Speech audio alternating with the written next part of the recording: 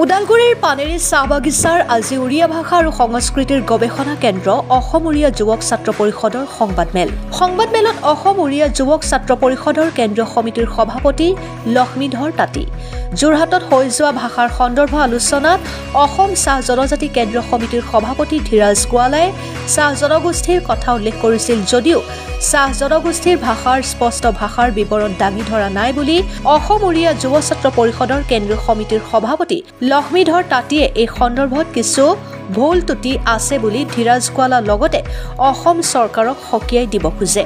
যিহেতু অসমত আদিবাসী বিভিন্ন জনগোষ্ঠীৰ লোকসকলে বাস কৰে, তেওঁলোকৰ নিজস্ব কলা সংস্কৃতি আছে, লগতে অসম উড়িয়া জনগোষ্ঠীৰ লোকসকল নিজস্ব ভাষা কলা সংস্কৃতি আছে।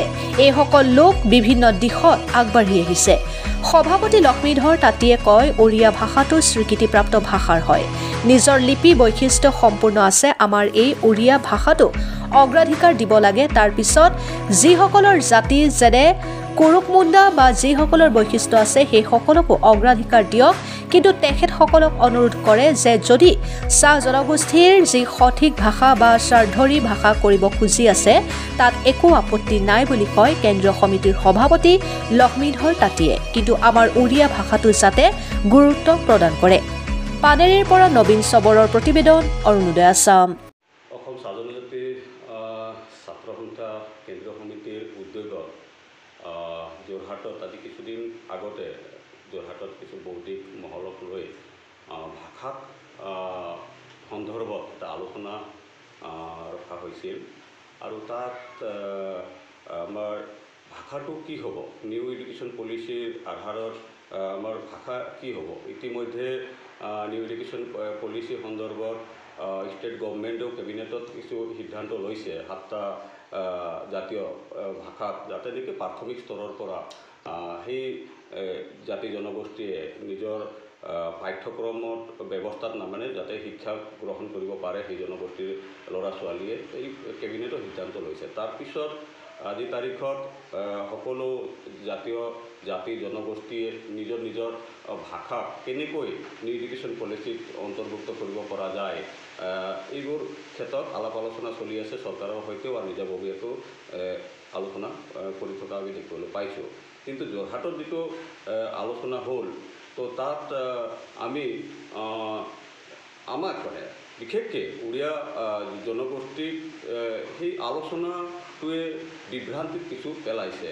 তো তাৰ মানে যিটো স্পষ্টীকৰণেই হওক বা ক্লিয়াৰিফিকেশ্যন বিচাৰিয়েই হওক, আমি উড়িয়া জনগোষ্ঠী হিচাপে অসম উড়িয়া যুৱ ছাত্ৰ পৰিষদে কিছু প্ৰশ্ন আপোনালোকৰ সংবাদ মাধ্যমৰ জৰিয়তে আৰ্টছৰ বিষয়ববীয়াই হওক বা অসম চৰকাৰকে হওক দৃষ্টিগোচৰ কৰিব বিচাৰোঁ। 1 নম্বৰ কথাটো হ'ল যে উড়িয়া যিটো মানে জনগোষ্ঠীটো অতি পুৰণি জনগোষ্ঠী, নিজৰ লিপি আছে, নিজৰ সংস্কৃতি আছে, গোটেইখিনি থকা বিষয়টো আমাৰ অসম চাহ জনজাতি ছাত্ৰ সন্থা নেজানে নেকি, 1 নম্বৰ কথা। তো মোৰ ভাতৃপ্ৰতিম তথা আৰ্টছৰ কেন্দ্ৰীয় সমিতিৰ সন্মানীয় সভাপতি ডাঙৰীয়া বিভিন্ন সময়ত তেখেতে সংবাদ মাধ্যমতো কয় বা আমাৰ সৈতে আলাপ আলোচনা কৰিলে আমি গম পাওঁ যে তেখেতে কয় যে উড়িয়া জনগোষ্ঠীক বাদ দি কেতিয়াও মানে চাহ জনগোষ্ঠীৰ যিটো জাতীয় সত্তা বা চাহ জনগোষ্ঠী কেতিয়াও ফুলফিল হ'ব নোৱাৰে বুলি। তেনে ক্ষেত্ৰত ইমান ডাঙৰ এটা সিদ্ধান্ত লোৱাৰ সময়ত কিয় তেখেতসকলে এই জনগোষ্ঠীক মনত নেপেলালে, এটা আমাৰ মানে প্ৰশ্ন উদয় হৈছে। ঠিক তেনেকৈ তেখেতসকলে কৈছে যে তেখেতে সম্পাদক ডাঙৰীয়াই কৈছে সংবাদ মাধ্যমত যে তাত হেনো সকলো দল সংগঠন আৰু বুদ্ধিজীৱীসকলক মতা হৈছিল। যদি সেইটো হয় তেনেহ'লে উড়িয়া জনগোষ্ঠীৰ আমাৰ দল সংগঠন যিখিনি আছোঁ, উড়িয়া মহাসভাই হওক, উড়িয়া যুৱ ছাত্ৰ পৰিষদে হওক, মহিলা সমিতি, আমি কিয় বস্তুটো আমি গম নেপালোঁ। আৰু এইটো বুলিয়েই নহয়, আমি জানিব পাৰিছোঁ যে আমাৰ বাহিৰেও আৰু আন জাতি জনগোষ্ঠী, মুণ্ডাই হওক, কুৰুকেই হওক বা সান্থালেই হওক, তেওঁলোকৰ দল সংগঠন তথা সাহিত্য সভাবোৰো মানে তাত খবৰেই পোৱা নাই। গতিকে ইমান ডাঙৰ সিদ্ধান্ত লোৱাৰ আগত আমি ভাবোঁ যে সকলো মাতি আলাপ আলোচনা কৰিলে আজি হয়তো আমি সংবাদ মাধ্যমত এই বিষয়টো উপস্থাপন নকৰিলোহেঁতেন। যা হওক, তো আমি এটাই কথা ক'ব বিচাৰোঁ যে ইতিমধ্যে আমাৰ ভাষাটো স্বীকৃতপ্ৰাপ্ত ভাষাই হয়, নিজৰ লিপি আছে, গোটেইখিনি যিখিনি বৈশিষ্ট্য গোটেইখিনি আছে। তো আমি এটাই কথা যে তেখেতসকলে চাকৰি কৰিব বিচাৰি আছে বা চাহ জনগোষ্ঠীয় কথিত ভাষা মানে কৰিব বিচাৰি আছে বিষয়টোত, তাত আমাৰ ক'বলগীয়া নাই। কিন্তু যিহেতু এক্সিষ্টিং যিখিনি ভাষা আছে, আমাৰ উৰিয়াই আছে বা ঠিক তেনেকৈ কুৰুকে বা মুণ্ডাৰী হওক, যিসকলৰ বৈশিষ্ট্য আছে, তো উৰিয়াৰ সৈতে যিহেতু বৈশিষ্ট্য থকা ভাষাক তাৰমানে অগ্ৰাধিকাৰ দিয়ক। তাৰপিছত নতুনকৈ যদি কিবা এটা মানে সংযোজন কৰিব বিচাৰে, তেনে ক্ষেত্ৰত সকলোৰ সৈতে আলাপ আলোচনা কৰি বস্তুটো কৰিলে ভাল হ'ব বুলি আমি আহ্বান জনাইছোঁ। আৰু যি আলোচনা হ'ল, সেই আলোচনাৰ ওপৰত নিশ্চয় আমাৰ সন্মানীয় ধীৰাজ গোৱালা ডাঙৰীয়াই পুনৰ এবাৰ বিচাৰ বিবেচনা কৰিব বুলি আমাৰ তৰফৰ পৰা আমি আহ্বান জনাইছোঁ। কাৰণ তেখেত খুব স্পষ্টবাদী নেতা হয়। আমি সিদিনা আমি দেখিবলৈ পাইছিলোঁ যে ঝুমুৰ বিনন্দিনী যিটো ৱৰ্ল্ড ৰেকৰ্ড হ'ল, গিনিজ বুকত সন্নিৱিষ্ট হ'ল, এই যিটো অভিলেখ গঢ়া হ'ল, সেই ক্ষেত্ৰতো এটা ক্ৰুটি হৈছিলে যে তাত গামোচাক লৈ পেলাই এটা বিভ্ৰান্তি হৈছিল, যিটো গামোচা নেকি ঝুমুৰত ব্যৱহাৰ নহয়। আজি অসমৰ কোনো এটা জাতি, অসমৰ যিখিনি আমাৰ জনগোষ্ঠীয় কোনো এটা লিডাৰে কিন্তু মাত মতা নাছিল, কিন্তু তাত ধীৰাজ গোৱালা ডাঙৰীয়াই মাত মাতিছিলে স্পষ্ট, যিটো ভুলটো ভুল বুলি। তো এই সৰু ভুলটো যদি তেখেত মানে দেখিব পাৰিছে বা চাইছে আৰু সেইটো উনুকাই দিছে, তো মই ভাবোঁ তো তাতকৈতো খুব ডাঙৰ বিষয়টো হ'ল আমাৰ উৰিয়া জনগোষ্ঠীৰ এই ভাষাৰ বিষয়টো। তো এই ক্ষেত্ৰত তেখেতে কেনেকৈ এই বস্তুটো মানে মাইণ্ড নকৰিলে আমি বুজিব পৰা নাই। আৰু ইতিমধ্যে আমাৰ গভৰ্ণমেণ্টৰ তৰফৰ পৰাও বিভিন্ন সাহিত্য সভাক নিজৰ ভাষা, নিজৰ সাহিত্য ডেভেলপমেণ্ট কৰাৰ কাৰণে পেকেজ দি আছে বা ফাণ্ড দি আছে। যদি বিভিন্ন সাহিত্য সভাক সেইবোৰ ফাণ্ড দি ফালে নিজৰ ভাষা সাহিত্য আগুৱাই নিয়াৰ ক্ষেত্ৰত মানে এটা অৰিহণা যোগাই আছে চৰকাৰে, তেনে ক্ষেত্ৰত ভাষাৰ ইমান ডাঙৰ ডিচিশ্যন লোৱাৰ সময়ত এই সাহিত্য সভাবোৰক বঞ্চিত কৰা কিয় গ'ল? তেনেহ'লে সেই ফাণ্ডবোৰ দিয়াৰ যুক্তিযুক্ততা ক'ত থাকিলে? তো আমাৰ প্ৰশ্ন। তো ইয়াত আমি ক'ব বিচাৰোঁ, আমি সদায় অসমীয়া ভাষাক সন্মান দি আছোঁ, এইটো আমাৰ মাতৃভাষা হিচাপে আমি লওঁ। আমি অসমত স্কুল বিচৰা নাই, আমি আমাৰ নিজৰ যিটো ঘৰুৱা ভাষা যাতে নেকি জীয়াই থাকে, তাৰ কাৰণে এডিশ্যনেল ছাবজেক্ট এটাহে আমি বিচাৰিছোঁ।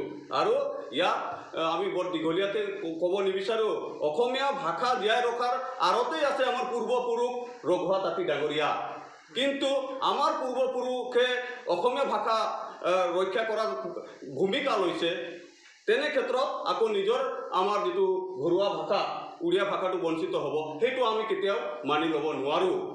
আজিও আমি বিশেষকৈ ইয়াত ক'ব বিচাৰোঁ যে এটা ষড়যন্ত্ৰ চলি থকা বুলি আমি উমান পাইছোঁ এইকাৰণে যে আজি কিছুদিন আগতে এই উৰিয়া কমিউনিটিক ডিভাইড কৰাৰ এটা হয়তো তৃতীয় শক্তিও ইয়াত জড়িত আছে বুলি আমি ক'ব বিচাৰিছোঁ। যে এটা গভৰ্ণমেণ্ট নটিফিকেশ্যন ওলাইছিলে, যিটো আমাৰ হাতত আছে গভৰ্ণমেণ্ট নটিফিকেশ্যন, তাত তেখেতসকলে ইয়াত মেনশ্যন আছে যে সম্বলপুৰী আৰু উৰিয়া বুলি পেলাই। তো এই নামটো কোনে দিলে গভৰ্ণমেণ্টক? সম্বলপুৰী কোন হয়, উৰিয়া কোন হয়, আমাৰ প্ৰশ্ন।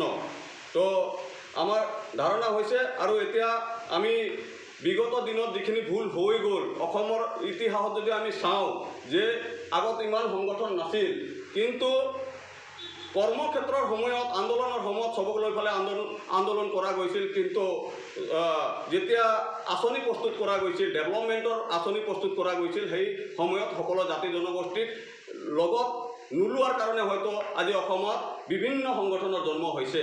তো আমি বিচাৰিছোঁ যে তেনেকুৱা পুনৰাবৃত্তি যাতে নেকি চাহ জনগোষ্ঠীৰ মাজত নহয়, তাৰ কাৰণে আমি আহ্বান জনাইছোঁ আকছাৰ সন্মানীয় সভাপতি ডাঙৰীয়াক যাতে বিষয়টো পুনৰ এবাৰ বিবেচনা কৰে, আহ্বান জনাইছোঁ।